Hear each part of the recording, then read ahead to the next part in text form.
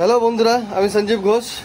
আজকের আমার ভিডিওটা যে টপিক নিয়ে করতে চলছি সেটা হচ্ছে আমাদের ওয়ার্ল্ডের যতগুলা বেকার দেশ আছে তার মধ্যে যেটা উন্নতিকর বেকার হ্যান্ডেল দেশ যদি বলেন, বুঝতে পারছেন কার কথা বলছি। আমাদের কাঙ্গালির দেশ।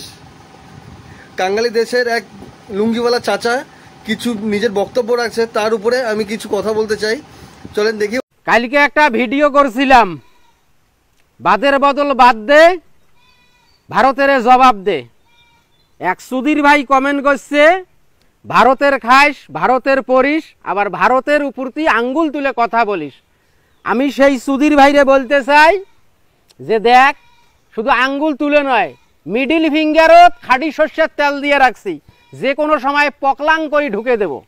বুঝিস নাই? মিডিল ফিঙ্গার পকলাং করি, খাঁটি সর্ষের তেল দেওয়াই আছে। পকলাং করে ঢুকিয়ে দেবে? চাচা, দেশে কি সবাই আপনার মতন নোংরা?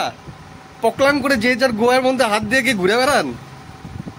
ভারতে আসেন, ওদিক থেকে ক্যাকটাস নিয়ে এসছি, পাশের গ্যারেজ থেকে পোড়া মোবাইল নিয়ে রাখছি, মাখিয়ে রাখছি। আসবেন, লুঙ্গি উঠাবেন আর ঘপাত করে বসে যাবেন, ওটা নিয়েই ঘুরবেন, ওটা নিয়েই বাংলাদেশ রিটার্ন যাবেন। ভালো লাগবে। তোরা বলিস আমরা তোদের মতন বাদ দিতে পাবো না, তোদের মতো ডাম্বুর বাদ দিতে পাবো না, তোদের মতো ফারাক্কা বাদ দিতে পাবো না, তোদের মতো তিস্তা ব্রিজ দিতে পাবো না। কেন রে? বাঙালি কি ফকিরের জাতি? বাঙালি কি ভিক্ষুক? ভিখারি? না না, আমরা বলছি একবারও ভিখারি? আমরা কি বলছি একবারও তোদের ভাইয়া ইউনুস না ফুনুস কি নাম, যাই হোক, ভারতের কাছে হাত ফেলাতে আসছে? আমরা একবারও বলছি? আমি নিউজে দেখছি, সোশ্যাল মিডিয়ায় দেখছি, তোরাও দেখছিস, আমি কি বলছি একবারও হাত ফেলাতে আসছে? না। আর যেটা বললি বাদ বানাবি, একদিনে হাজিরা ছেড়ে কন্টেন্ট ক্রিয়েটারের একদিনে হাজিরা নিয়ে যাই কর, ওই 1000-2000 টাকা জমা হবে, বাকি টাকা কোথার থেকে নিয়ে আসবি? 1000-2000 টাকা জমা করে কোথার থেকে নিয়ে আসবি? আর পিছনের বাস দেখি বাদটা বানাবি?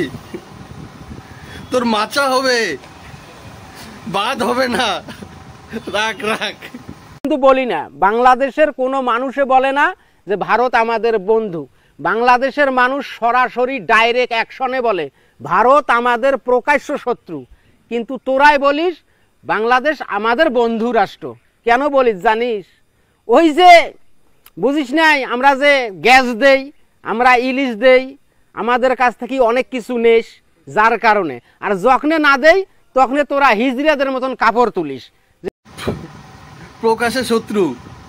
চল ঠিক আছে, যা যা চাচা বলছো তুমি সব ঠিক আছে, কিন্তু আবার এটাও দেখো, তোমাদের ওখানে 1-2 কোটি আমাদেরকে আব্বা আব্বা বলে, আমাদের এখানে 140 কোটির জনসংখ্যা, তার মধ্যে 2-4 লাখ, তাদের মধ্যে রাজনীতিবিদ আছে আর বিজনেস যারা করে তাদের মধ্যে কয়েকজন আছে যারা তোদেরকে বন্ধু বলে।